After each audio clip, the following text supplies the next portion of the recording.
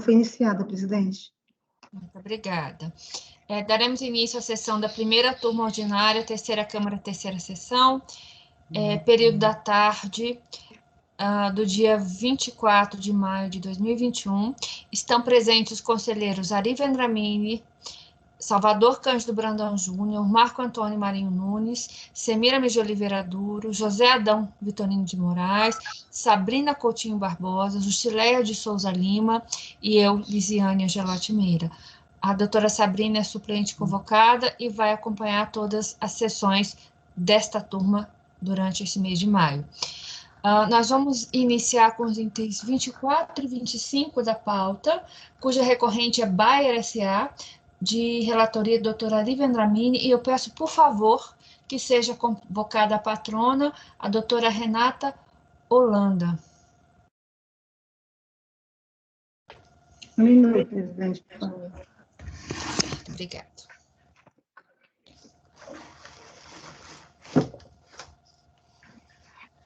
Item 24 da pauta, doutora Renata, se pode advogada agora.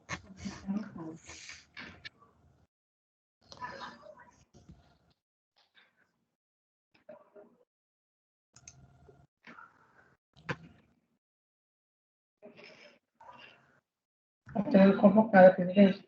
Muito obrigada.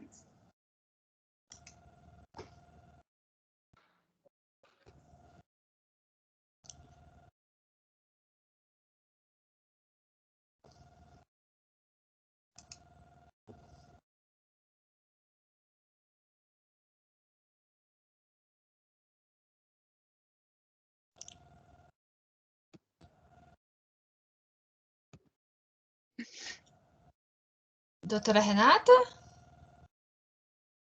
Boa tarde. Boa tarde, doutora Renata. Seja muito bem-vinda.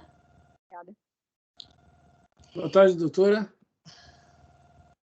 Então, nós vamos passar o julgamento agora dos itens 24 e 25 da pauta, de relatoria do doutor Ari Vendramini, recorrente Bayer S.A., e nós temos aqui a doutora Renata Holanda Lima, que é a patrona.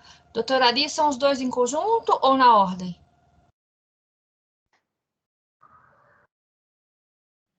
Desculpa, na ordem, eles são diferentes. Então, vamos iniciar com o item 24 da pauta. Eu passo, então, a palavra ao doutor Ari, que é o relator. Doutora, a senhora vai sustentar ou só acompanhar? Eu gostaria de sustentar. Tá certo. Eu vou fazer um breve relatório e passo a palavra à senhora, tá bom? Tá bem, muito obrigada. É um pedido de ressarcimento de créditos básicos do IPI do primeiro trimestre de 2004, vinculado a uma declaração de compensação. Esses créditos foram obtidos pela empresa incorporada da Bayer. A empresa era Bayer Crop Science. Muito bem. Foi feito o tratamento manual desse PERDECOMP. E se vocês seguirem no meu voto, no relatório, foi pedido documentos. Hoje, recorrente pediu uma prorrogação de prazo. Foi feita a prorrogação de prazo. Nesse prazo, não foram apresentados os documentos e a delegacia de origem indeferiu o pedido por falta de documentos. Mais tarde, na manifestação de inconformidade, a recorrente anexou parte das notas fiscais. E, mais uma vez, a DRJ indeferiu o pedido, manteve o despacho da delegacia de origem por falta de comprovação do direito. Agora, em recurso voluntário, a recorrente traz várias notas fiscais, dizendo que ela está apresentando a totalidade das notas. E aí ela pede para que seja analisado recebido os documentos e analisado o direito creditório dela.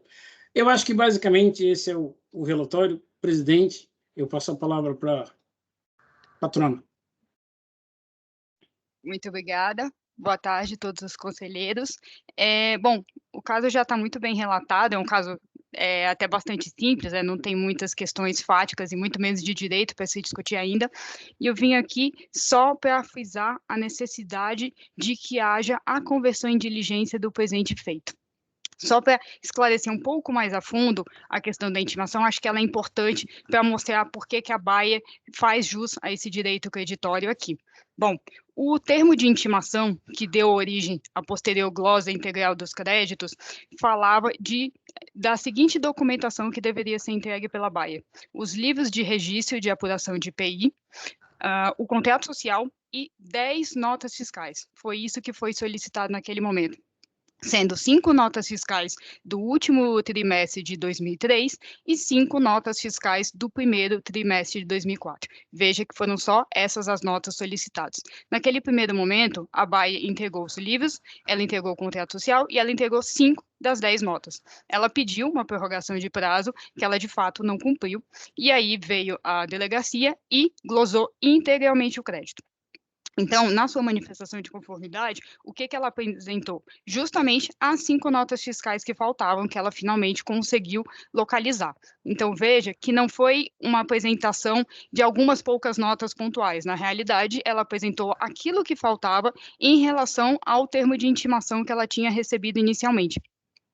Essa documentação, de fato, não foi analisada pelo acórdão da DRJ, que entendeu que a Bayer apresentou intempestivamente, e mais do que isso, ela deveria ter apresentado, na realidade, a íntegra de todas as notas de entrada, de saída, todos os livros, para fazer uma reapuração do IPI.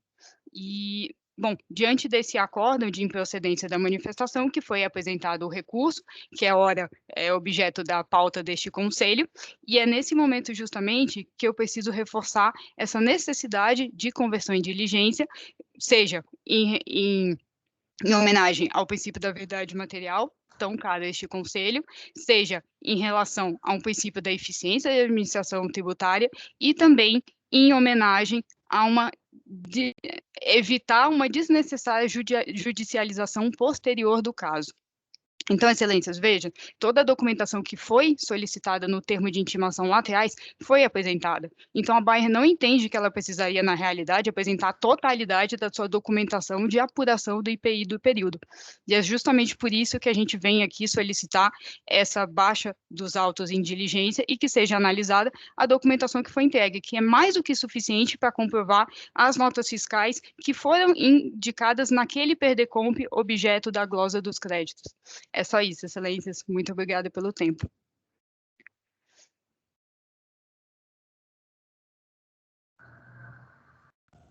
Muito obrigada, doutora Renata. Alguma observação?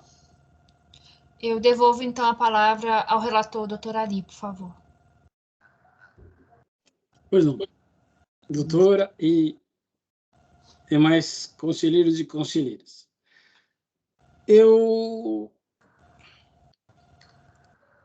Como a doutora não tem acesso ao texto do meu voto, eu vou pedir licença aos conselheiros e conselheiras para ler o meu voto, para que ela tenha acesso à minha decisão. O recurso voluntário é tempestivo e atende aos requisitos da legislação para sua admissibilidade, portanto, dele conheço. Há que se considerar que nos pedidos de restituição, ressarcimento e declarações de compensação de crédito, o ônus de provar a certeza de liquidez do valor pleiteado é do requerente.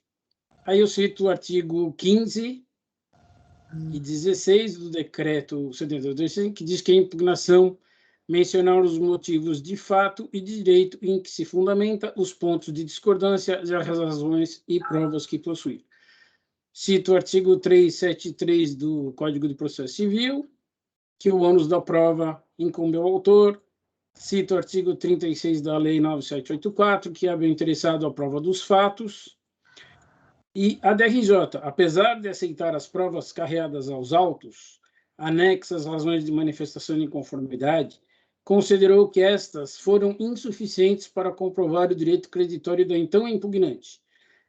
Assim se manifestando, o saldo credor do IPI do trimestre calendário é obtido através de apuração periódica dos créditos e débitos do imposto, no livro registro de apuração de IPI, que se baseia no livros registro de entradas e saídas. que, por sua vez, baseiam-se nos documentos fiscais, em especial nas notas fiscais. Desse modo, os valores apurados pela contribuinte somente podem ser comprovados através das notas fiscais que embasam os lançamentos efetuados na escrita fiscal. No caso em tela, a contribuinte abdicou da possibilidade de demonstrar o seu direito à delegacia de origem, no qual a autoridade fiscal faz verificações por amostragem. Muito bem. Lá no fim, nesse contexto, as poucas notas fiscais juntadas pela contribuinte não são suficientes para comprovar o saldo credor da escrita. A própria DRJ diz assim: seria necessária a juntada de todas as notas fiscais de entrada e saída, demonstrando o valor dos créditos e débitos de IPI para cada período de apuração. Diante desta manifestação da DRJ, a requerente apresentou anexas a seu recurso voluntário cópias de 66 notas fiscais, aí documentos números 6 a 71, que estão nos autos, alegando que esta seria a totalidade das notas fiscais que compuseram o pedido de ressarcimento, como se vê do trecho do recurso voluntário apresentado. Apesar de todas as notas fiscais não terem sido solicitadas durante o processo de fiscalização, a recorrente anexa ao presente recurso a integralidade das notas fiscais identificadas no PERDECOMP, para que reste totalmente comprovada a existência dos créditos de IPI utilizados para quitar débitos de COFINS de março de 2004. Muito bem. Verifica-se conforme páginas 29 a 40 do PERDECOMP, folhas 34 a 45 dos autos digitais, que o pedido de ressarcimento compõe-se de 73 notas fiscais. Portanto, as 66 apresentadas não formam a totalidade das notas fiscais pleiteadas. Das 66 notas fiscais apresentadas, as seguintes estão ilegíveis. Aí eu fiz uma tabelinha com o número da nota fiscal, o número do anexo que está no recurso e a página dos autos digitais, se alguém quiser conferir, porque as páginas estão completamente ilegíveis. Se alguém quiser olhar alguma para me ajudar, fiquem à vontade. Desta forma, com razão, o ilustre relator do voto condutor do acórdão do RJ, que não merece reparos. A recorrente, apesar de ter tido diversas oportunidades de apresentar as provas de seu direito na verificação fiscal, na fase de manifestação de inconformidade e na fase de recurso voluntário, não logrou fazê-lo de forma inconteste como eficaz. Diante do exposto, nego o provimento ao recurso voluntário por insuficiência de comprovação do direito alegado e não reconheço o direito creditório. É o meu voto, presidente. Muito obrigada, doutora Ari. Podemos passar a votação? Então, a proposta do relator, no item 24, é negar provimento ao recurso voluntário. Doutor Salvador? Eu estou aqui analisando o processo e, de fato, durante a fiscalização, houve intimação só de algumas notas específicas, acho que são 11 notas, né? Numeradas de acordo lá com o número que foi discriminado no PERDECOMP. E foi trazido o livro de apuração também, do IPI. Depois, em recurso voluntário, ela trouxe mais 66, né? Então, dá quase a totalidade, na verdade, das notas fiscais, porque são 73. Não, essas 5 estão no meio das 66. Ah, tá. Inclusive, tem algumas delas que estão elegíveis. Não, então, de fato, isso que eu ia dizer. Tem algumas aqui que estão até em branco, né? Dá para você ver todos os campos das empresas, mas os dados das notas estão em branco. Mas eu estou vendo um volume considerável de nota fiscal aqui, Ari. Eu estou vendo... Sim, eu coloquei as que estão elegíveis. Dentre essas, tem outras que não estão elegíveis. Então, mas você não acha que caberia a gente confirmar isso em uma diligência? Cabe à turma, não importa se vocês, por maioria, acharem que deve ser feita a diligência. Porque aí poderia intimar a contribuinte para apresentar os originais, né? Uma versão legível, porque parece que tem assim uma verossimilhança da alegação, né? O bom direito aqui parece que está quase que demonstrado, né? E não, alguns são ilegíveis mesmo, são ilegíveis. A minha decisão por negar o provimento não quer dizer que não possa ser mudada de maneira... Porque quem trouxe essa questão... Foi porque ela perdeu o prazo, ela apresentou fora do prazo, ainda apresentou incompleto, entendeu? Não, então, porque essa questão da DRJ, dizer que tinha que ser a totalidade das notas, veio na DRJ. Foi. Não veio na fiscalização. Foi. E no recurso voluntário, que é a resposta da DRJ, ela trouxe, embora algumas delas ilegíveis, trouxe bastante documentação, né? Eu não sei, eu sugeriria, se a turma concordasse, da gente baixar isso em diligência para verificar as originais, as notas Eu não originais. me incomodo. Eu mudo meu voto. Eu acho para que a uma diligência é possível, mas não concordo que tenha que ser intimada a juntar novamente os que estão elegíveis. Acho que a diligência tem que ter o foco no que já está juntado nos autos. Não, tudo bem. Se o livro já está e as notas que são legíveis vão ser analisadas e cotejadas com o livro. O que Pelo menos uma bater, parte do crédito pode ser verificada. pode ser que seja deferida uma parte do crédito. Acho que a esse momento, inclusive considerando a falta de atendimento de intimações, acho que nesse momento não cabe a juntada de novo os documentos. Não, Tem tudo que ser bem. com que já consta nos autos. Não, por mim tudo bem, Sinise. Acho que você pontuou bem. E não tem como fazer a diligência para recorrente, fazer toda essa conciliação e a fiscalização só conferir? Sim. Porque é um pedido de iniciativa do contribuinte, né? Então, eu acho que até para agilizar a questão da diligência, poderia ela apresentar essa conciliação com os documentos que estão nos autos, e aí a fiscalização confere, né? Acho que a diligência anda mais rápida assim e é mais correto. Porque Só com as notas que estão nos autos. Né? Isso, até porque é um procedimento de iniciativa da própria contribuinte. Acho que realmente o correto é ela fazer essa conciliação e demonstrar, tal como ela deveria ter feito na origem. Eu acho que para mim, eu iria dizer para a unidade de origem fazer a verificação, né? E a recorrente se manifestar depois em 30 dias. Mas não sei se a turma achar aí, se a contribuinte mesmo faz esse relatório. Ela fazer o relatório implica que a fiscalização vai verificar esse relatório, claro, né? Só muda a ordem. Isso, só muda a ordem. Bom, eu encaminharia dessa forma, Ari, uma proposta de diligência aqui. Eu não me importo. Se a turma concordar, eu encaminho uma resolução. E eu concordo com a doutora Samira, mas que como é um pedido de ressarcimento, todo esse ônus da prova é todo do contribuinte.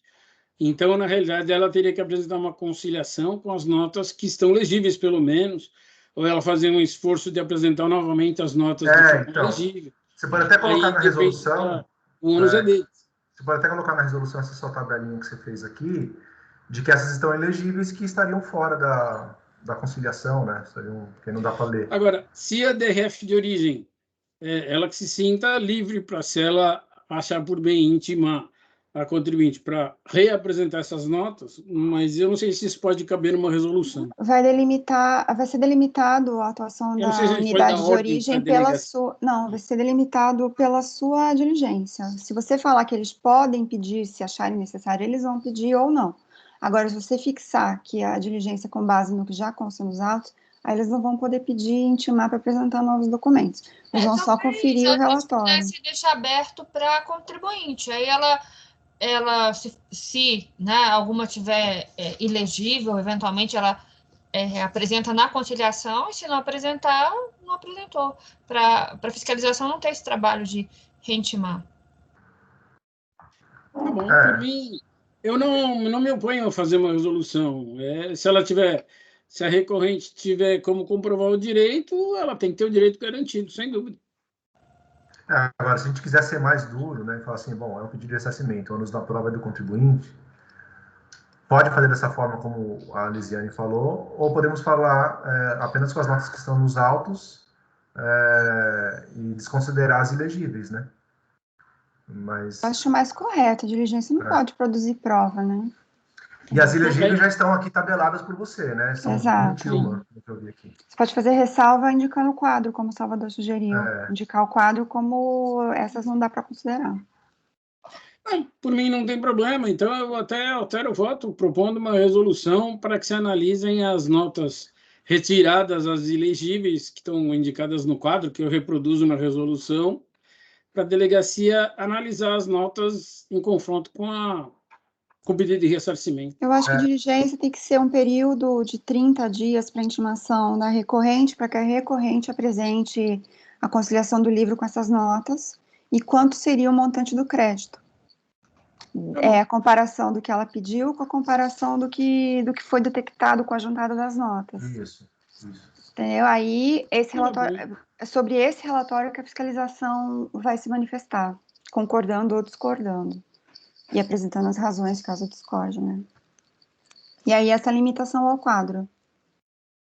Diligência, acho que tem uns 3 itens, né, para você demonstrar tudo isso. Então, que a unidade de origem time é recorrente, está no período que você achar correto, 30, 60 dias, não sei o que você acha coerente, razoável, para que intime nesse período recorrente para apresentar esse relatório de conciliação e a base de cálculo e qual que vai ser o montante do crédito de acordo com a documentação anexada.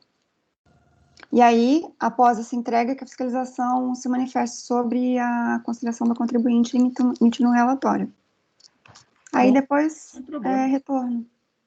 Aí lembrar de colocar a exclusão do seu quadro.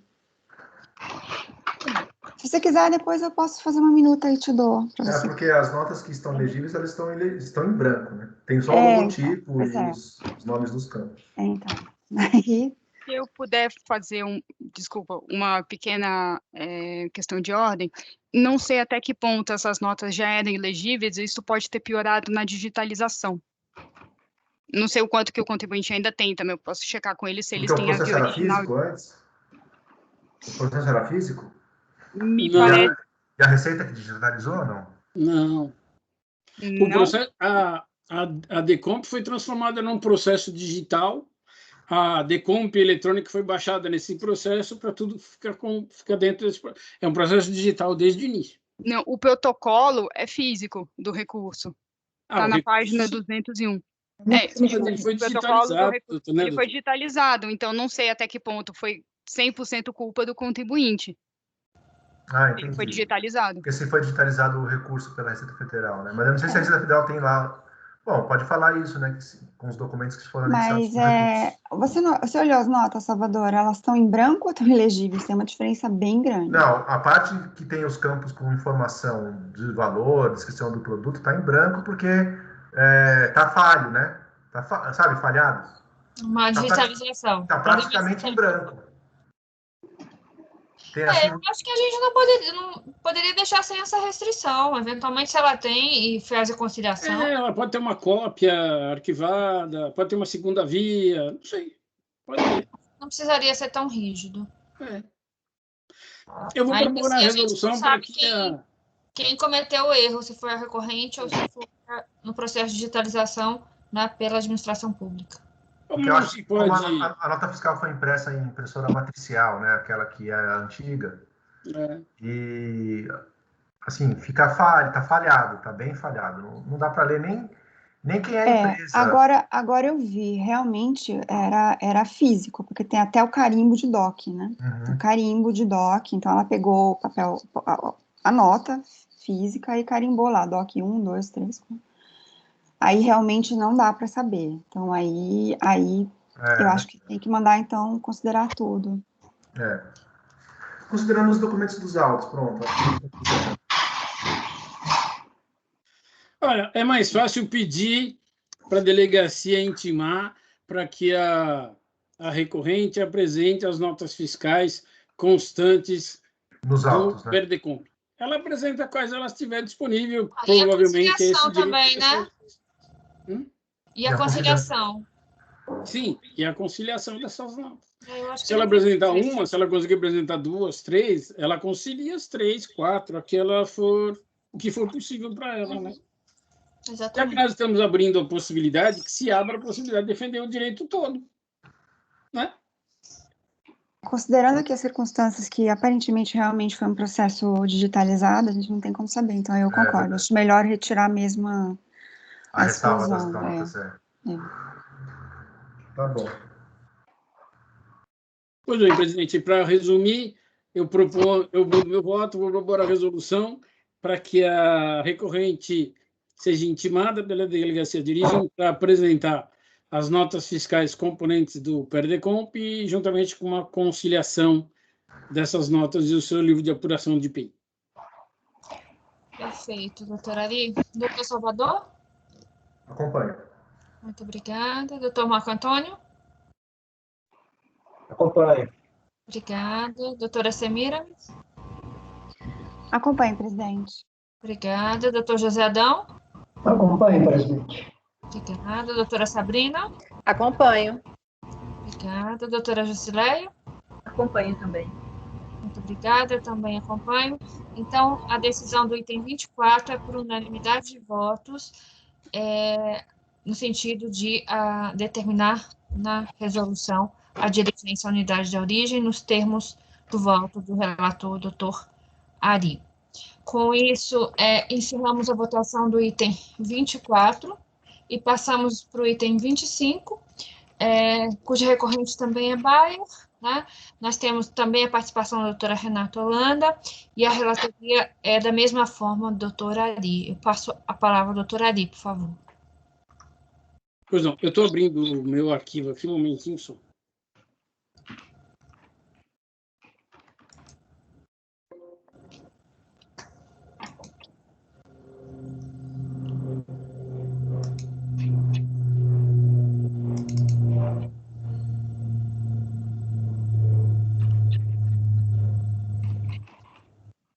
Vamos lá.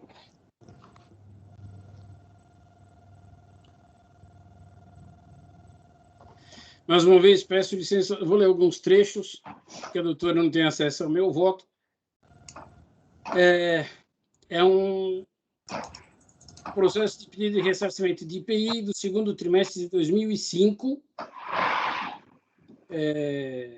A fundamentação para o indeferimento foi a ocorrência de glosas de créditos considerados indevidos e a constatação de que o saldo credor passível de ressarcimento era inferior ao pleiteado.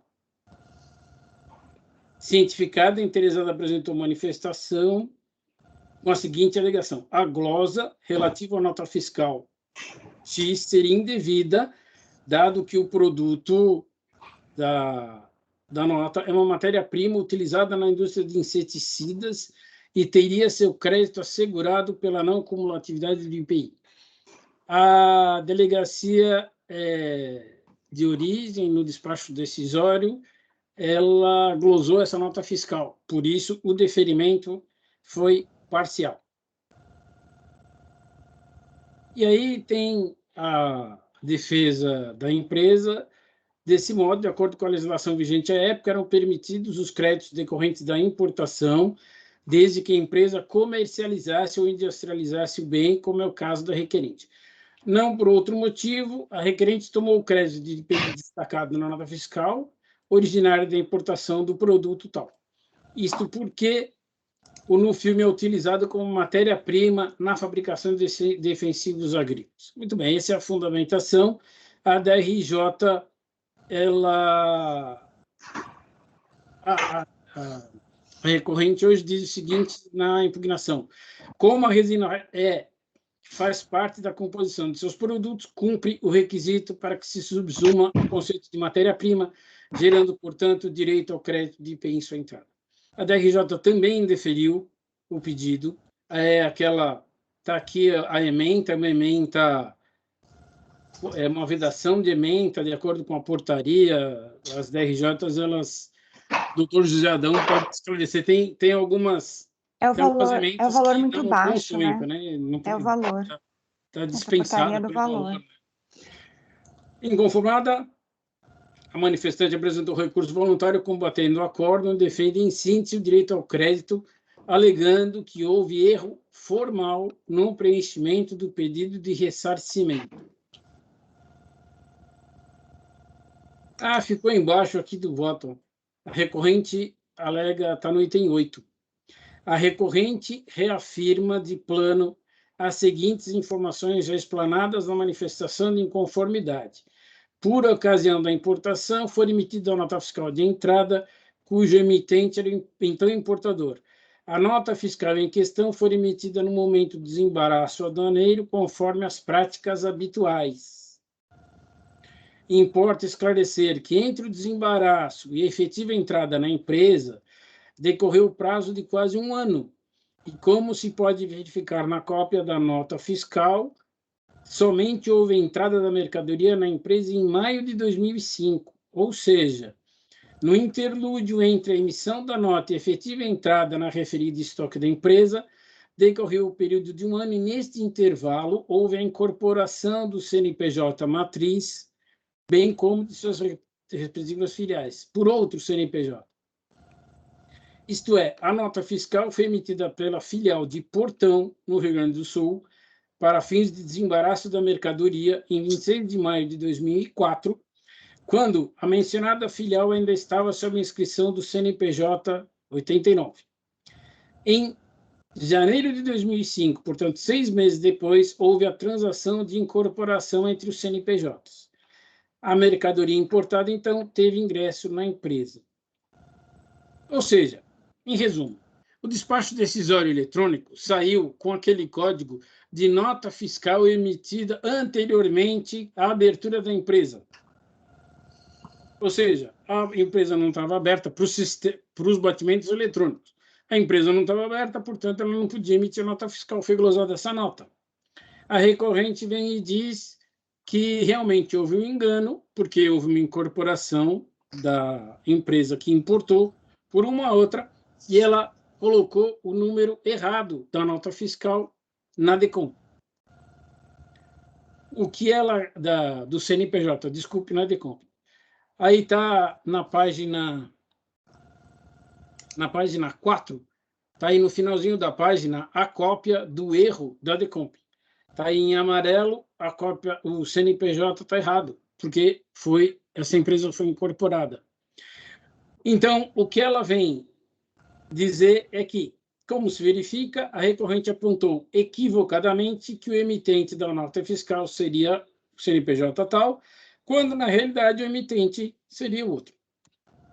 Portanto, há de se destacar, entretanto, que, de fato, à época da emissão da nota fiscal, o emitente estava operando, portanto, era válido e existente, e que o CNPJ que consta na nota sequer existia, razão pela qual realmente não poderia emitir qualquer documento fiscal.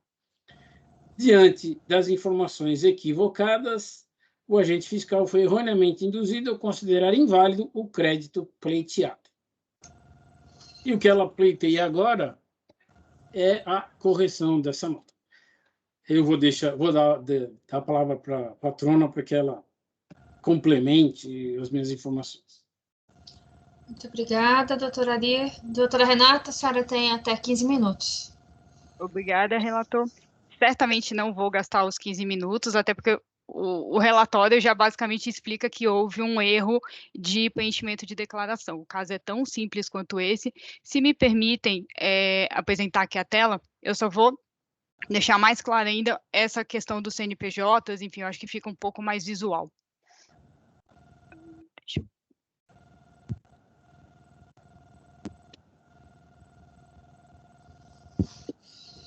Se puderem confirmar se estão vendo a tela. Sim. Sim. Obrigada.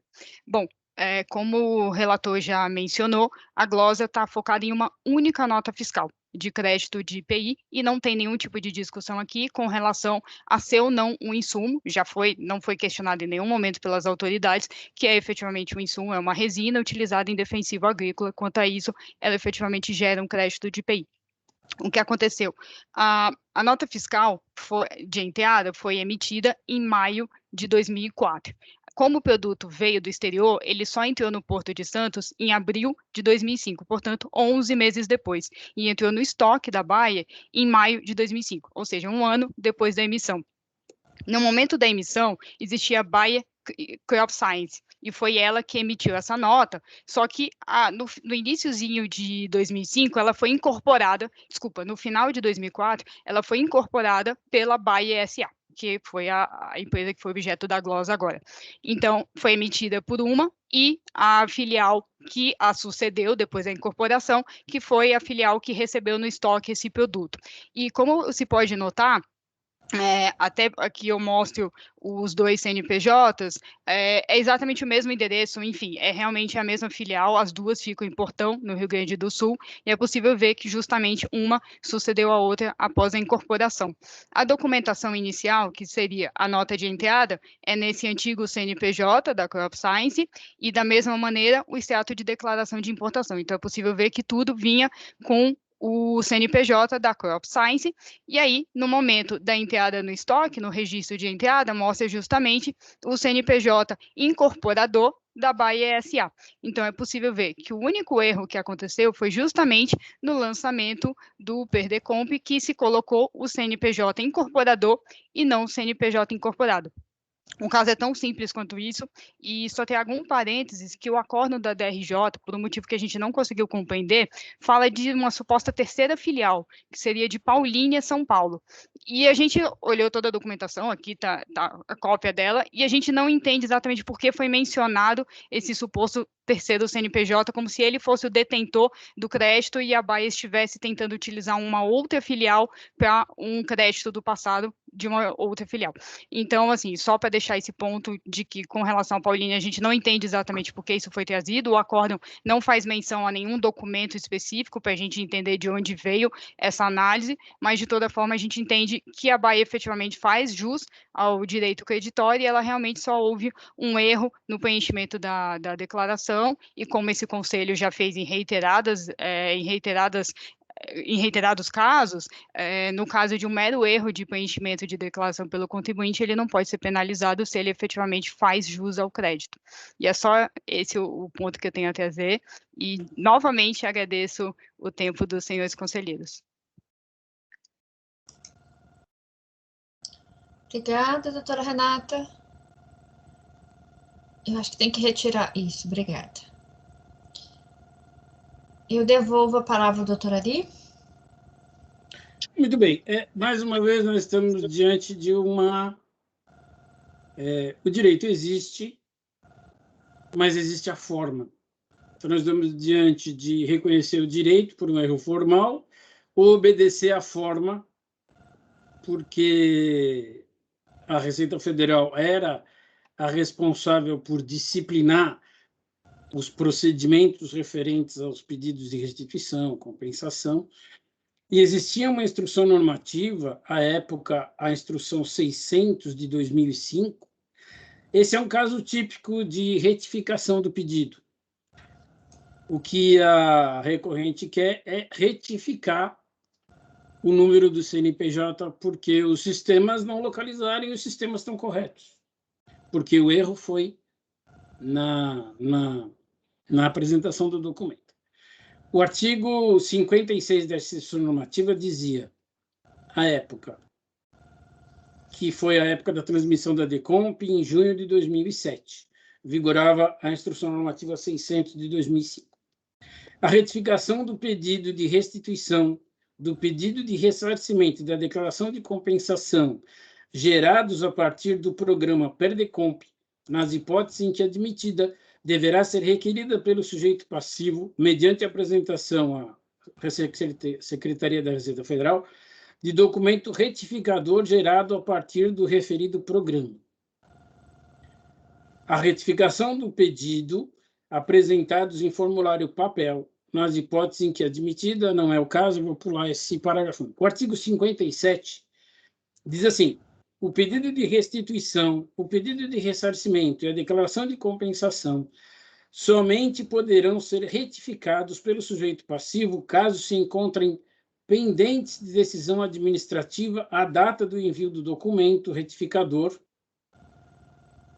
e no que se refere à declaração de compensação que seja observado o disposto nos artigos 58 e 59, que são inexatidões materiais. Pois bem, nós estamos diante desse dilema. Temos que escolher um caminho. Ou permitimos o reconhecimento do direito por mero erro formal e passamos por cima do disciplinamento que a Receita Federal introduziu e que servia para todos, sem exceção. Por nós estarmos vinculados à lei, e a lei autorizou que a Receita Federal disciplinasse todos os procedimentos referentes a esses pedidos. Existe um artigo dessa instrução normativa que nunca foi questionado, portanto, ele tem validade como norma tributária. Então, a minha conclusão, sujeita à opinião dos conselheiros e conselheiras, Apesar do esforço da recorrente em comprovar que, apesar do erro no preenchimento do documento transmitido e já objeto de despacho decisório, o crédito existe e a detentora é legítima, não se pode negar que a transmissão do documento preenchido erroneamente foi a causa do indeferimento.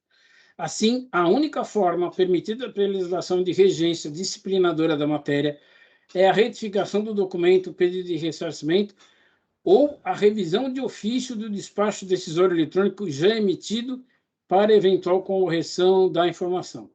E a minha conclusão é a seguinte: por todo exposto, na transmissão via eletrônica do pedido de ressarcimento, somente são admitidos pedidos de cancelamento ou retificação da decompra enquanto não houver sido emitido o despacho decisório eletrônico, e desde que fundados em hipóteses de inexatidões materiais, que não é o caso, isso é um erro formal, quando do preenchimento do documento. A manifestação de inconformidade e o recurso voluntário contra a decisão constante do despacho decisório eletrônico não se prestam a tais fins. Eventuais equívocos referentes à retificação ou cancelamento do pedido de ressarcimento, referentes a inexatidões materiais, somente é possível mediante a revisão de ofício do despacho decisório eletrônico a ser efetivada pela autoridade emitente do ato diante do pedido a ela dirigido pela requerente. Foi o caminho que eu escolhi, portanto, eu neguei provimento ao recurso voluntário. É o meu voto, presidente. Ok, muito obrigada, doutora Ari. Podemos passar a votação? Sim, Ari, a fundamentação da DRJ não foi por erro ou retificação de perda-comp, né? Não, foi porque a empresa ela emitiu a nota anterior à sua existência. Ela confirmou o despacho decisório, dizendo que a empresa não existia na data de emissão da nota fiscal. Não, é isso que eu queria confirmar com você, Ari. Aliás, por que no perde-comp de IPI fica colocando todas as notas fiscais e o livro de apuração, hein? Porque tem o livro de apuração do IPI, ele é digitado.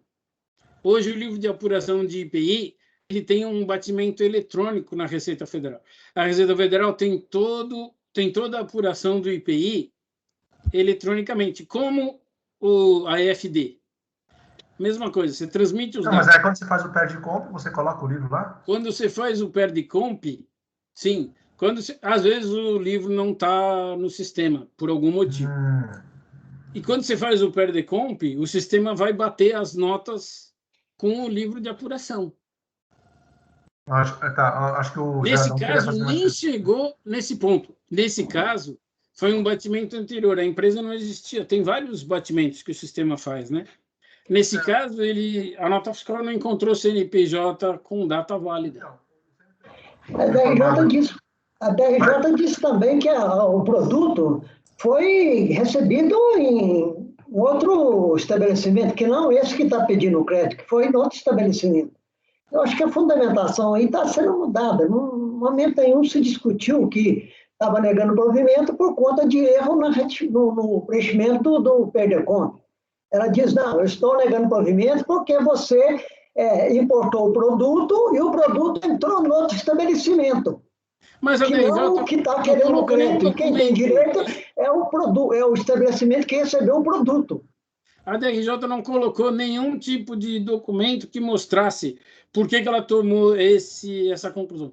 Como a patrona disse, a DRJ falou, foi a filial de Portão que importou, mas quem recebeu foi a filial de Paulínia. Mas de onde ela tirou essa informação, nem eu sei, porque não consta nos autos. Então, tem que ser o direito de defesa. E por isso que eu disse que é uma escolha. Existe um erro formal, foi o que causou o indeferimento. O despacho decisório teve esse fundamento. A DRJ trouxe um novo fundamento que eu não sei de onde ela tirou. O fundamento original, Ari, foi o erro, né? O CNPJ errado. E o meu entendimento é que não se pode corrigir por recurso, tem que ir lá e fazer uma revisão de ofício do despacho. A DRJ trouxe um argumento que não faz parte do indeferimento e ela não comprovou esse argumento dela, não tem relação com o indeferimento, mas ela manteve o indeferimento, só que ela trouxe no texto ela trouxe um argumento que ela não juntou comprovação. E tanto que eu nem considerei, porque eu não vi fundamento. Zadão, só para confirmar aqui o que o Ari disse, ó, no despacho decisório, tá na folha 4, ele fala o seguinte, ó, o motivo do indeferimento dessa parte do crédito, né, desse não reconhecimento, foi o motivo de que a nota fiscal, a data de emissão da nota fiscal, ela é anterior à abertura do estabelecimento. Então, é isso exatamente que o Ari disse, né? Foi emitida uma nota fiscal antes do estabelecimento existir. O estabelecimento que está aqui constando como nota fiscal, que é emissor, é o estabelecimento incorporador, Ari, ou incorporado? Eu não entendi essa parte. Incorporado. O incorporado? O estabelecimento... Assim, a doutora me confirma se eu estiver errado. O estabelecimento incorporado ainda não havia sido incorporado. Ele fez o desembaraço aduaneiro, ele emitiu a nota fiscal. Como ele não tinha sido incorporado ainda, ele emitiu com o CNPJ dele. Certo. Mais tarde, foi feita o pedido de ressarcimento. Na hora em que foi feito o pedido de ressarcimento, esse estabelecimento já tinha sido incorporado pela empresa agora recorrente. Só que, na hora de fazer a digitação lá do Perdecomp, com certeza a pessoa foi lá e olhou o que estava na nota fiscal e digitou o número do CNPJ que estava na nota fiscal. De uma empresa já extinta. Na verdade, não, na verdade, o contrário. Ele digitou o CNPJ do livro de registro de entrada, que é o incorporador. E só que a nota é do incorporado, por isso que não bateu. Isso eu queria perguntar. Esse final 2916 é o CNPJ da incorporadora? É. E o 000219 é o incorporado. É o incorporado. Então, na nota fiscal está o 02 e no livro de entradas do livro de apuração de IPI e no Perdecomp está o 29. Exatamente isso. Na verdade, o incorporador ele sucede, né? Ele é sucessor da incorporada, né? Então, tem uma nota fiscal emitida pela incorporada. E quando foi registrada essa mercadoria que foi importada no livro de entrada, foi incorporado com nota fiscal de emissão do incorporador. Na verdade, a incorporada e o incorporador, eles assumiram a mesma pessoa jurídica, né? Assim, a incorporada virou a mesma, ela foi comprada, ela foi extinta para se tornar o final 2916, né? Então, assim, é a mesma pessoa. Então, mas aí vem a discussão. Existe o direito e a forma. No ato de incorporação, esses créditos também se incorporaram? Ué, por que não? Não sei, é uma discussão. Não, a minha indagação que eu ia fazer para você é o seguinte, isso aqui não é um caso de pedido hierárquico? Um caso de? Pedido hierárquico? É um caso de pedido de revisão do despacho decisório. Eu quero corrigir o CNPJ porque eu tenho direito. Então, mas não é rito do PAF, o CNPJ está errado porque eu errei. Então não é rito do PAF, não é? Não é recurso hierárquico. Porque ela não foi considerada não declarada nem não formulada. Foi indeferido o pedido. Mas só que o motivo do indeferimento, eu entendo que a gente no CAF não pode corrigir, porque é um erro formal.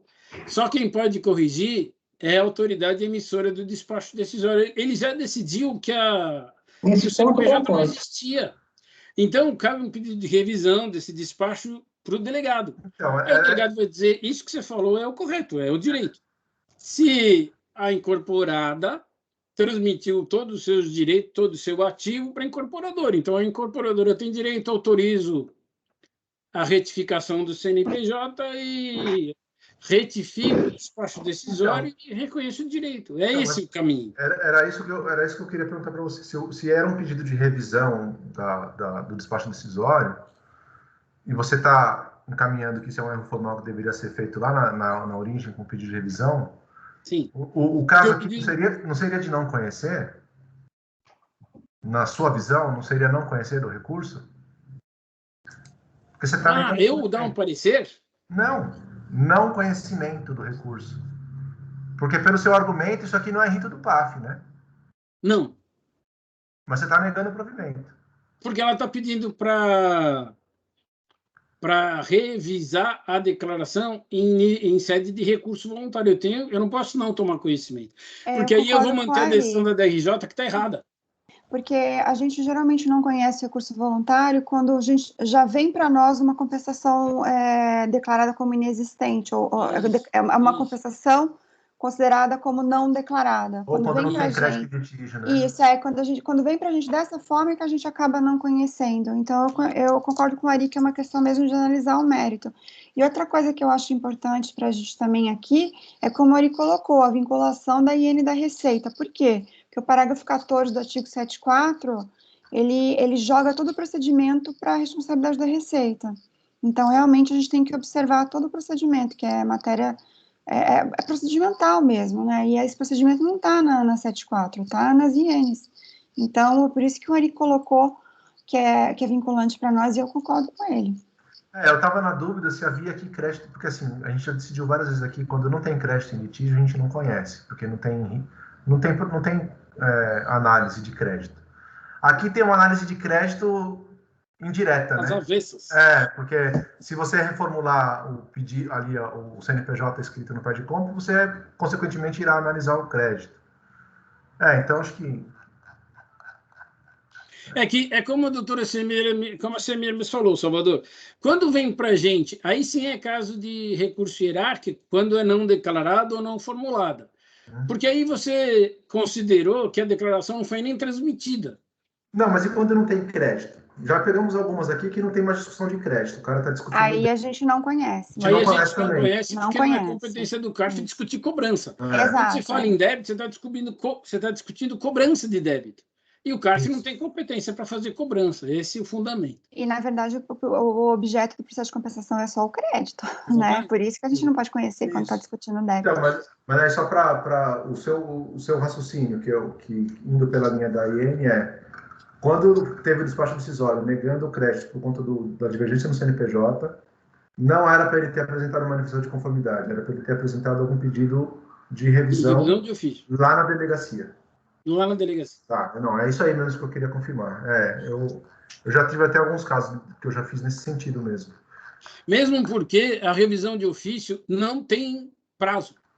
Revisão de ofício, até pelo 149 do CTN, ela pode ser feita a qualquer tempo.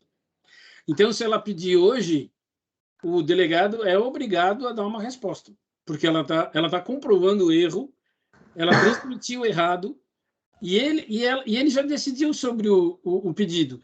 Então, só ele pode dizer, não, realmente você tem razão, eu revejo o ato.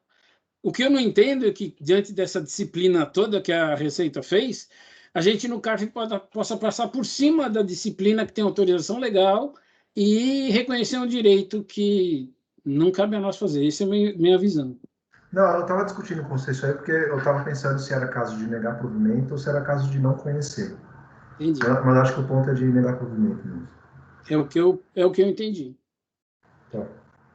Como a Semiramis falou, eu entendo que realmente a gente tem que discutir o mérito porque houve um indeferimento pelo despacho decisório e pela DRJ. Não, tá bom. Eu sou o primeiro a votar, né?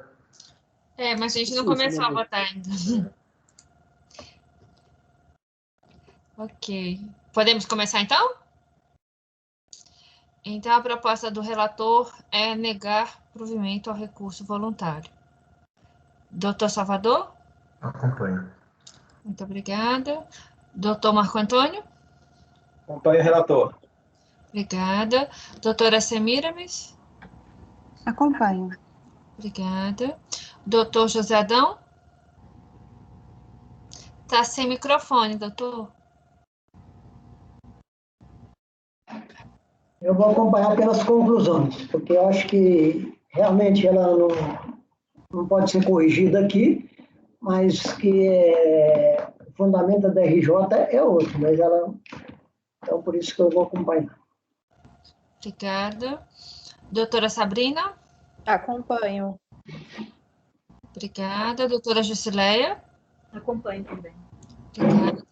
Eu também acompanho. Então, a decisão é por unanimidade de votos negar provimento ao recurso voluntário, sendo que o doutor José Adão votou pelas conclusões. Então, encerramos a votação do item 25. Agradeço aqui a participação da doutora Renata Holanda. Obrigado, doutora. Boa tarde. Obrigado, Obrigada, doutora. Boa tarde, bom trabalho.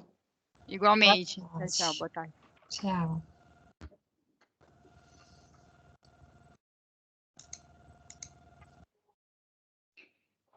Ok, agora nós vamos seguir a ata. Ata não a pauta. Então, nós vamos para o item primeiro da pauta, de relatoria do Dr. José Adão, cuja recorrente é Limer, Carta Indústria e Comércio de Embalagens Limitada. Dr. José Adão, quando você estiver pronto, a palavra é sua. Eu vou ser bem sucinta aí, como diz o meu ex-colega Maurício, é o resumo do resumo. É um auto de infração por compensação não homologada. Eu vou te chamar notificação de lançamento da multa isolada de compensação não homologada. Certificado de notificação, o recorrente impugnou, alegando violação do devido processo legal, ampla defesa, contraditória e farta existência de recurso voluntário pendente de julgamento pelo CARF, que era o recurso onde estava se discutindo a compensação. Analisada a impugnação, a DRJ julgou improcedente, conforme acordo, sem emenda, sob fundamento que, em relação à alegação de ofensa a princípios constitucionais, visando afastar multa prevista expressamente em diploma legal, implicaria declarar a inconstitucionalidade desse diploma. Já em relação aos princípios da vedação ao confisco, da proporcionalidade, do direito de petição e da razoabilidade previstos na Constituição Federal, são dirigidos ao legislador de forma a orientar a criação da lei. Assim positivada a norma, é dever da autoridade fiscal aplicá-la. Intimado dessa decisão, a recorrente tem por recurso voluntário, requerendo a reforma da decisão recorrida para que seja cancelada a multa isolada, alegando em síntese as mesmas razões citadas na menção de comunidade. Inconstitucionalidade do artigo 74, parágrafo 17 da Lei 9.430. Em síntese, é o relatório. Muito obrigada. Alguma pergunta? Não, eu só ia pedir para você passar o voto mesmo. O lançamento de discussão decorreu da homologação da DECOMP, final 00009, objeto do processo administrativo final 2015-01, já com decisão definitiva desfavorável ao contribuinte. As exigências da multa teve como fundamento o parágrafo 17, o artigo 74 da Lei 9.430/96, que eu transcrevi aí no meu voto. A matéria oposta dessa fase recursal restringe-se à inconstitucionalidade deste dispositivo legal. A apreciação e julgamento de inconstitucionalidade de norma legal pelas turmas do CARF constitui matéria sumulada nos termos da súmula 2, que assim dispõe. O CARF não é competente para se pronunciar sobre a constitucionalidade de lei tributária. Assim, aplica-se ao presente caso essa súmula. Em face do exposto, não é complemento ao recurso voluntário. É o meu voto, senhora presidente. Ok, muito obrigada, doutor José Adão. Podemos ir à votação? Doutor Ari? Eu acompanho. Muito obrigada. Doutor Salvador? Não, o meu posicionamento eu acompanho, assim, eu não lembro quem que tem divergência aqui, era o Marcelo, né, que tinha na questão. O Marcelo, era só mas ele não está mais por aqui. Mas era só ele? Era só o Marcelo. Era só ele. Não, eu acompanho. Está mais entre nós. Eu estou tentando ver a data aqui. Mas é posterior, viu? Eu também então, já olhei isso, é posterior. A provisória é outubro de 2014, né? Então, esse processo é 2018. Não, mas tem que ver o percentual. Mas a lavratura da multa foi depois que já tinha mudado a alteração. Não, o PERDCOMP tá certo. O PERDCOMP é de dezembro de 2014, já é depois da medida provisória, né, de 2014. Isso, ele tinha divergência no breu, tempo, que ele considerava um breu. Não, eu acompanho, sim. Agora tem a última divergência que você tinha, lembra? Quando aplicava súmula, que você, quando aplicava exclusivamente súmula de inconstitucionalidade, você não conhecia? Não é isso? Ah, é verdade, Se ele traz argumento de inconstitucionalidade, eu não conheço. Eu conheço parcialmente, né? Ou não e conheço. aqui o único argumento dele foi inconstitucionalidade. O único argumento dele é inconstitucionalidade? É o único. Então eu não conheço. Então, tecnicamente é o mais correto. Eu não conheceria do recurso voluntário. Mas eu vou encaminhar dessa forma. Vou colocar como não conheço. Ok. Doutor Marco Antônio? Eu acompanho o relator. Obrigada. Doutora Semiramis? Eu vou acompanhar por não conhecer. Obrigada. Doutora Sabrina? Acompanho por não conhecer também, presidente. Obrigada. Doutora Jusileia? Acompanho por não conhecer também, me parece mais coerente. Ok. Eu acompanho por negar provimento, e aí eu acho que deu 4-4? Deu, e agora? Porque os dois, nenhum dos dois é benéfico ao contribuinte. O que acontece? Mas é auto de infração, gente. Auto de infração. O crédito. problema é esse. O que é auto de infração, o que não é? É crédito. É o critério. Então, mas aí o voto vencedor... Tá. Qual que é o voto de qualidade? É do presidente ou do relator? Ou da divergência? Então, aí é que tá, não tem. Não tem voto de qualidade, por isso que fica o resultado favorável ao contribuinte. É automático. Não, peraí, mas não tem voto favorável ao contribuinte. Não conheceu negar provimento? Ah, verdade. É mesmo. Ah, estou viajando, desculpa.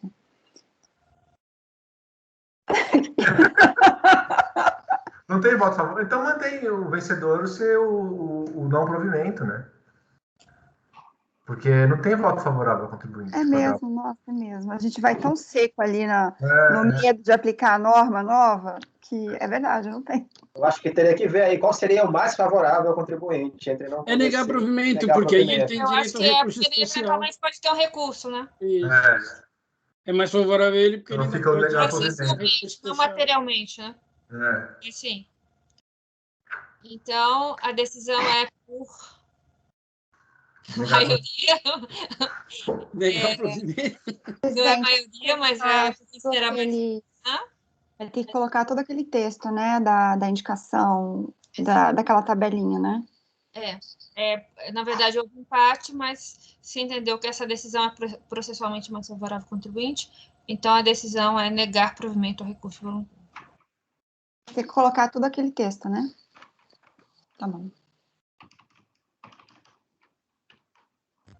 E aí não precisa de voto vencedor. Mas, presidente, você seguiu o relator, é isso? Sim.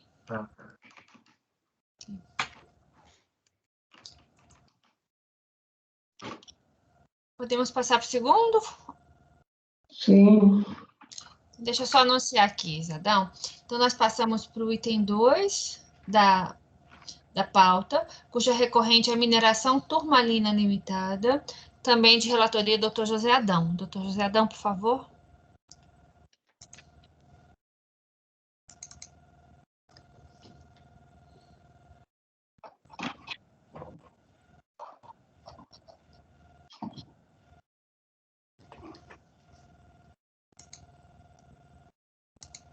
Esse aqui é um lançamento, um ato de infração recorrente de glosas de ressarcimento. Intimada o lançamento recorrente por não alegando em si a adoção restritiva do conceito de insumos utilizado pela fiscalização, nos termos da alegação do IPI. Não pode ser adotada para as contribuições para o PIS e COFINS. Para essas contribuições deve ser adotado o conceito mais amplo, que reconhece como insumos, para efeito de aproveitamento de crédito dessas contribuições, os bens e serviços essenciais ao desenvolvimento da atividade econômica da pessoa jurídica. Analisada a impugnação, que a LDJ julgou procedente em parte, adotando o conceito de insumo dado pelo STJ, contudo, restabeleceu apenas as glosas discriminadas no anexo 1 do termo de verificação fiscal, conforme consta da decisão recorrida. Estimada dessa decisão, recorrente interpôs recurso voluntário, requerendo a reforma da decisão recorrida para ser revestida as glosas dos créditos sobre os custos barra despesas discriminados nos itens 15 e 16 do termo de verificação fiscal, anexos 2 e 3, sejam afastadas as divergências apontadas no item 17 do termo de verificação fiscal, anexo 4, referente a vendas de sucata e a revenda de materiais registradas nas contas de receitas.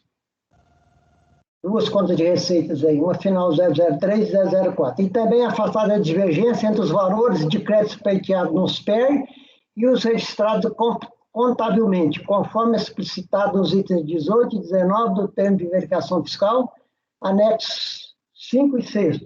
E caso assim não entenda, seja julgamento convertido em diligência para a produção de prova requerida visando demonstrar a essencialidade dos bens e serviços cujas glosas foram efetuadas pela fiscalização. Para fundamentar seu recurso, escolheu sobre o conceito de insumo utilizado no processo de produção de bens e de prestação de serviços, para efeito de desconto de crédito das contribuições, concluindo, afinal, que tem direito aos créditos contados sobre os referidos custos barra despesas. No voto, eu vou citar os créditos que foram glosados, que eu estou reconhecendo que ela tem direito. Bom, em preliminar, ele requereu a conversão do julgamento em diligência. Eu estou rejeitando porque eu acho que não é necessário baixar em diligência. No mérito, embora o recurso voluntário tenha sido bastante genérico, da análise do termo de verificação fiscal, do despacho decisório e da decisão recorrida, concluímos que as matérias em discussão ou postas nessa fase recursal são: 1. Glosa dos créditos sobre os custos barra despesas discriminados nos itens 15 e 16 do termo de verificação fiscal. 2. As divergências apontadas no item 17 do termo de verificação fiscal, referente às vendas de sucata e à revenda de metais registrados nas contas de receitas. 3. Divergência entre os valores dos créditos peitados nos PER e os registrados contabilmente, conforme explicitado nos itens 18 e 19. Eu transcrevo aqui a Lei 10.637, que trata aí do piso não cumulativo. Transcrevo aqui o conceito de insumos do STJ no RESP 1.221.170/PR. E também destaca aqui que a nota da PGFN de não apresentar recurso contra glosas relativo que se enquadram nessa definição do STJ. E a partir disso aí, da atividade contribuinte, eu passo a análise de cada um dos itens impugnados nesta fase recursal. O primeiro item, a glosa dos créditos sobre os custos e despesas discriminados nos itens 15 e 16 do termo de verificação fiscal, anexo 2 e 3. Os custos barra despesas discriminados no anexo 2 se refere a diversos serviços contratados com terceiros, conforme o quadro resumo das glosas deste anexo por cento de custo, as folhas 79, elaborado pela fiscalização e abrange as seguintes rubricas. Gerência da mina, é uma empresa de mineração de ouro. Então, as rubricas que foram glosadas: gerência da mina, lavra A e perfuração, lavra A e transporte material, lavra e sistema de contenção, lavra e sistema de contenção novamente, desenvolvimento, perfuração, bombeamento, ventilação secundária, serviços auxiliares, compressores, serviços auxiliares, manutenção da mina, geologia, mecânica de rocha, gerência de planta, britagem, moagem, lixiviação, CIP, entre parênteses, adsorção, eluição barra eletrodeposição, fusão, laboratório, gerenciamento administrativo e operacional.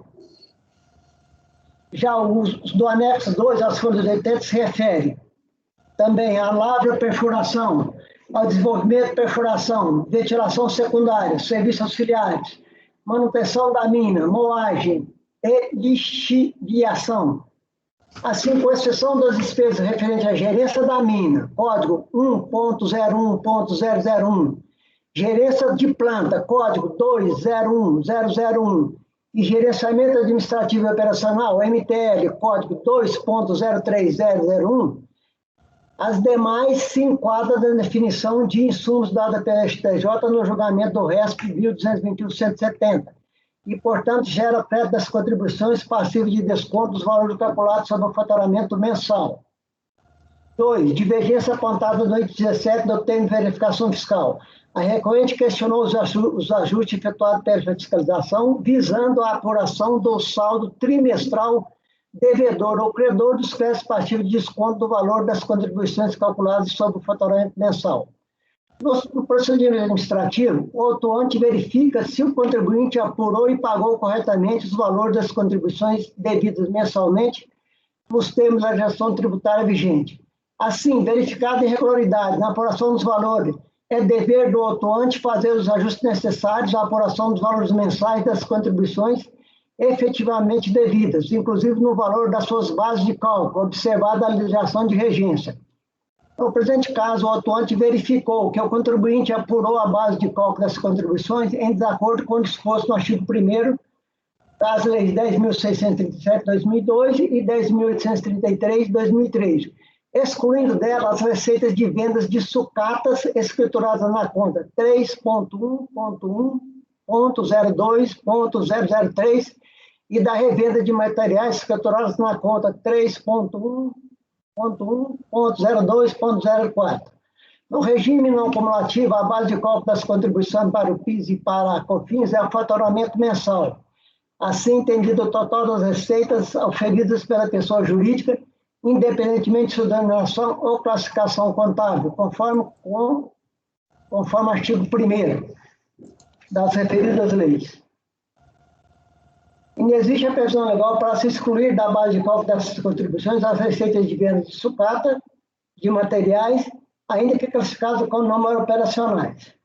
Dessa forma, correta os ajustes efetuados pela fiscalização na base de cálculo das contribuições visando a apuração de saldo trimestral, credor e o devedor da contribuição devida mensalmente.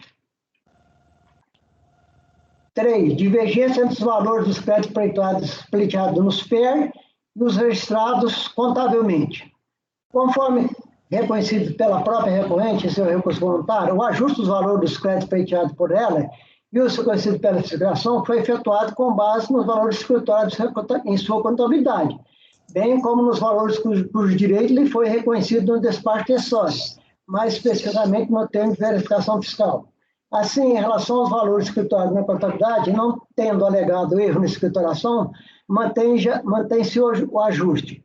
Já em relação aos valores glossados pela fiscalização, sua impugnação no recurso voluntário foi analisada e julgada no item 1 deste lote, inclusive com a reversão da glosa dos créditos à quase totalidade dos custos / despesas expressamente impugnados nesta fase de recursão.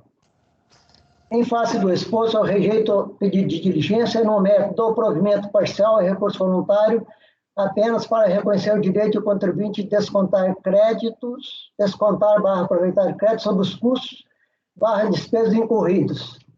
Aí eu discriminei todos esses custos aí, que no meu entendimento, eles são essenciais à atividade de uma empresa mineradora. Aí, vocês querem que leia ou não?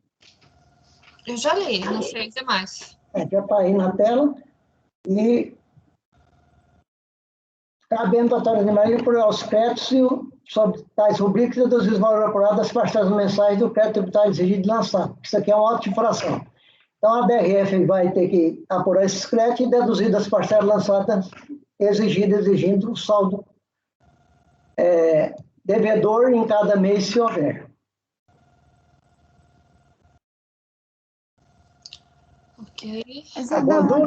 Eu tenho. Aqueles 3 itens que você não reconheceu, não teve descrição, não foi pago a pessoa jurídica, era administrativo? Porque foram os 3 itens de mão de obra, né? É isso? Parte eu considerei que são despesas administrativas, no meu entendimento. Administrativas, tá. Entendi. Obrigada.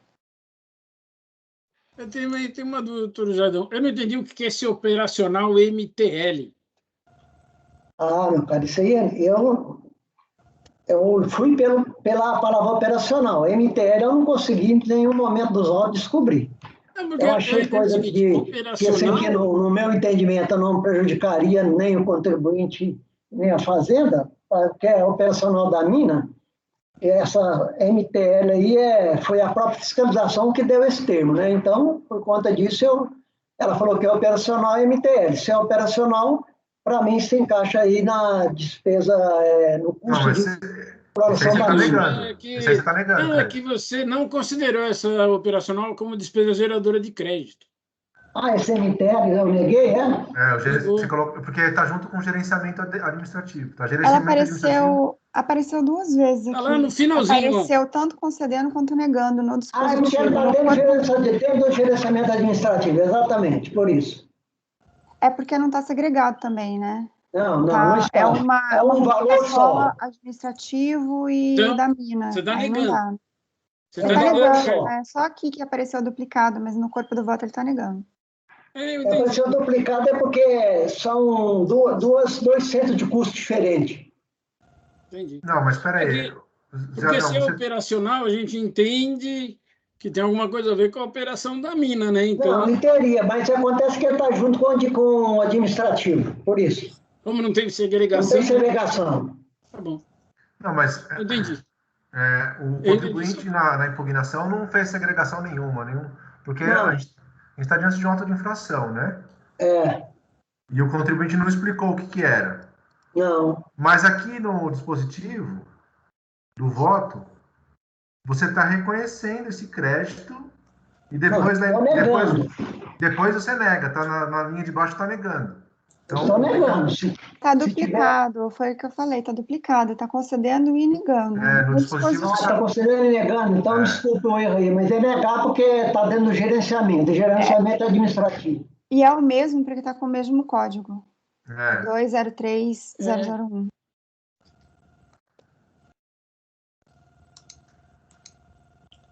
Onde que você falou que eu estou repetindo? Na conclusão do I? Está assim? Lá no dispositivo. Só no dispositivo, o último parágrafo. Lá no final? Lá no voto ou do item? Não, a sua conclusão geral. Geral. Último parágrafo. Não, eu vou corrigir. Está lá na linha 5 de baixo para cima e na linha 3 de baixo para cima.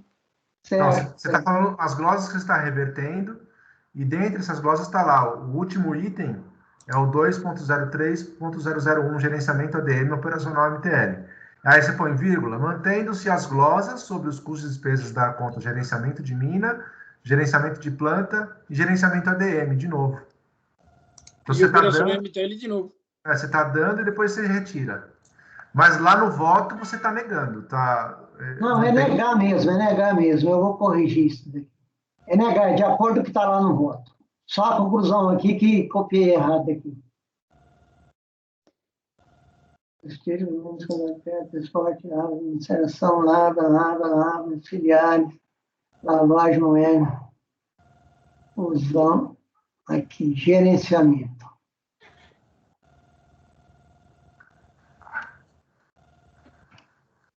Inclusive já está, quando eu fiz fusão lá, eu já botei o ESIM lá e coloquei isso e por um efeito aí, eu talvez tenha copiado de outro voto dele lá e não retirei, mantendo-se as glosas. Tá certo, retirei já, obrigado. Eu vou jogar salvar lá na minha caixa de trabalho, lá na pasta inteira. Eu vou jogar lá, um minutinho só.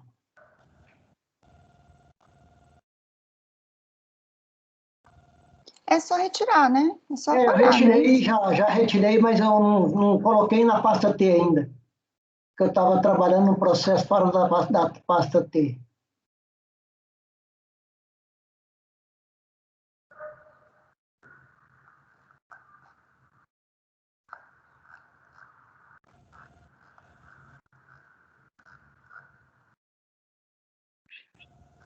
O termo de verificação fiscal é bem pequenininho, né?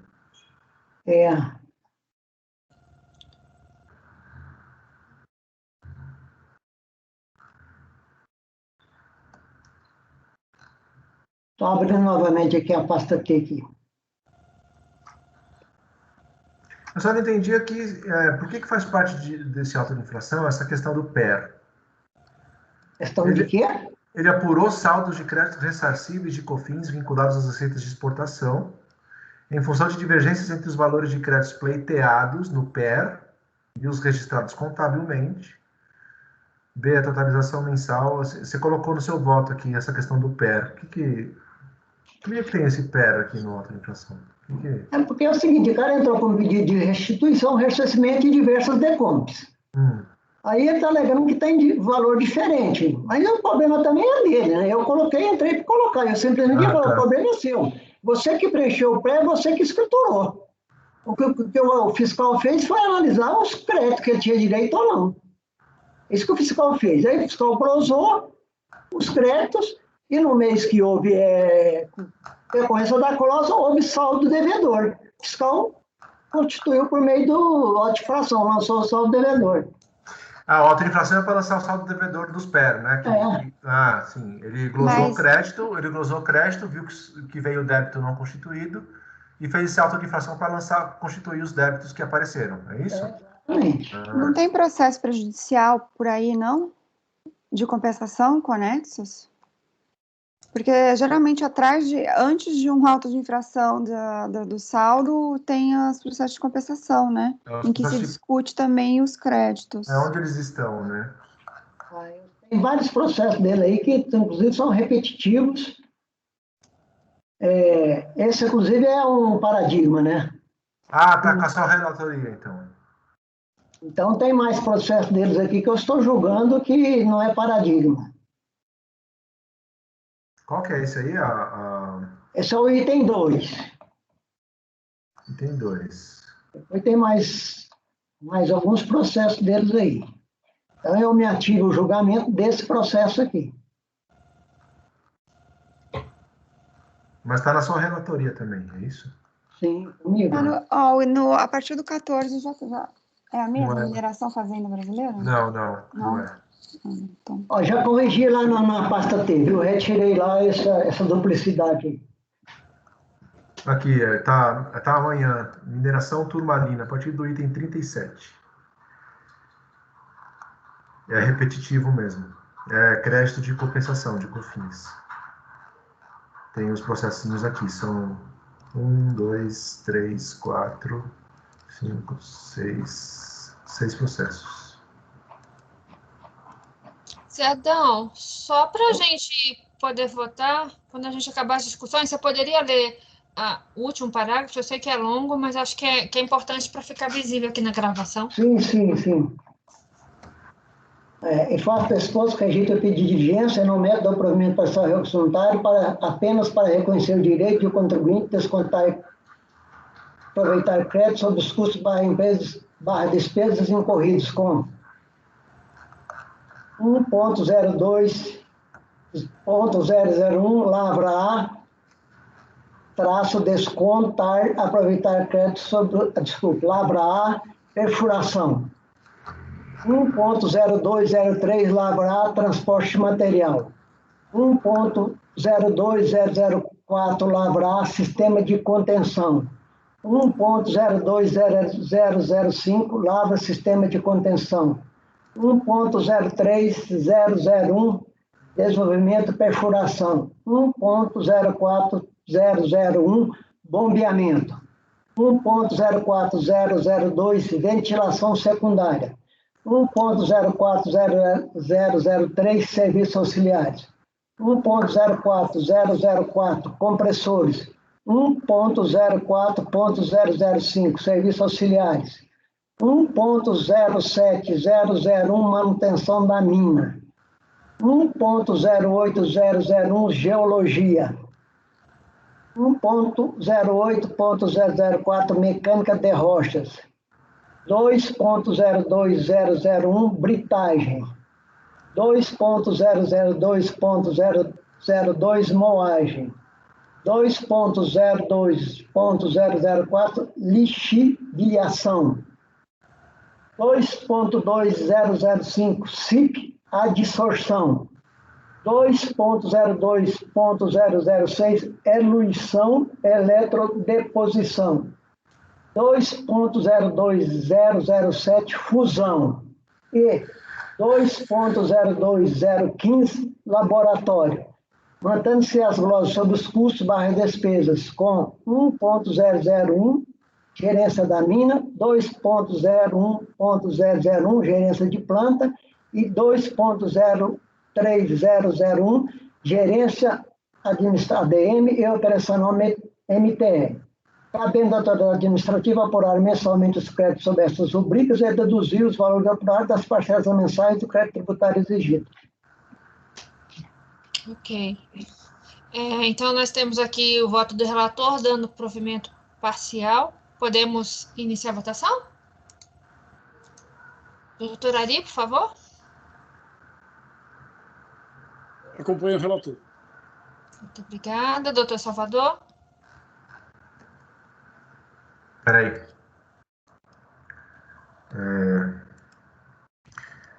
Porque nessa dúvida que a Samiris falou, da questão dos PER, né? Dos PER de comp, que aqui foram glosados os créditos, né? E surgiram os débitos. Mas aí acho que está tudo vinculado, né? A gente vai julgar amanhã. Eu acompanho aqui o relator. Tá com toda a cara de ser os relacionados, porque eles são de compensação de 2011 e esse tá processo que é o auto 2012. Porque aqui na tabelinha do termo de verificação fiscal, tem 7 PER de comps. E amanhã tem um paradigma mais 6 repetitivos. Então são 7. Com certeza são esses 7 aqui, né? Primeiro trimestre, quer dizer, é o ano de 2007, né? É isso, né, Zedão? Primeiro, segundo, terceiro, quarto trimestre de 2007. Isso aqui é o terceiro trimestre de 2007. Acompanho o relator. Muito obrigada, doutor Salvador. Obrigada. Doutor Marco Antônio? Com o relator. Obrigada. Doutora Semiramis? Acompanho o relator. Obrigada. Doutora Sabrina? Com o relator. Obrigada. Doutora Jusileia? Com o relator.